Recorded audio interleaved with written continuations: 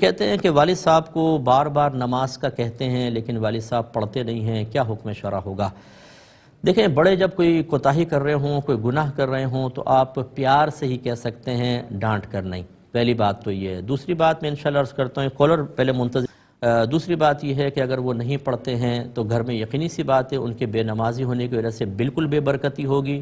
ایک طرح سے اگر میں اس کو لفظ نحوست بھی کہوں تو کوئی بری بات نہیں ہے کہ بے نمازی پن کی بڑی نحوست ہوتی ہے اور گھر کا ماحول اس سے خراب ہوتا ہے۔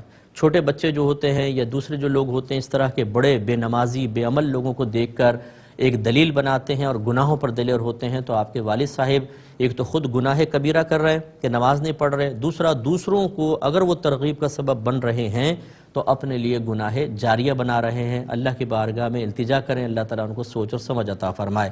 تیسری چیز جو یہاں سوچنے والی ہے وہ یہ، بعض ہمارے نوجوان یہ کہتے ہیں کہ ذرا بوڑھے ہو جائیں گے نا، تسبیح ہاتھ میں لے لیں گے، اللہ کو راضی کر لیں گے۔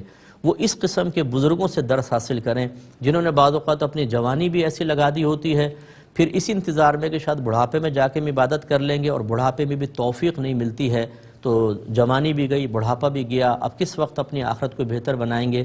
یہ ہے درس عبرت کا مقام، یعنی بہت بڑا درس حاصل کرنا چاہیے۔ اس لیے جوانی کے اندر اپنے آپ کو بہت زیادہ عبادات کے عادی بنائیں تاکہ بڑھاپے میں جا کے اس طرح کی بے عملی اور اللہ تعالیٰ کی نافرمانی کی عادت قائم نہ رہے اور آخرت بہتر بنے۔ تو اس لیے بڑوں کو چاہیے کہ اچھا بنیں تاکہ آپ کے جو بچے ہیں وہ آپ کو دیکھ کر آپ کو رول ماڈل بنائیں اور عبادات پر استقامت حاصل کریں۔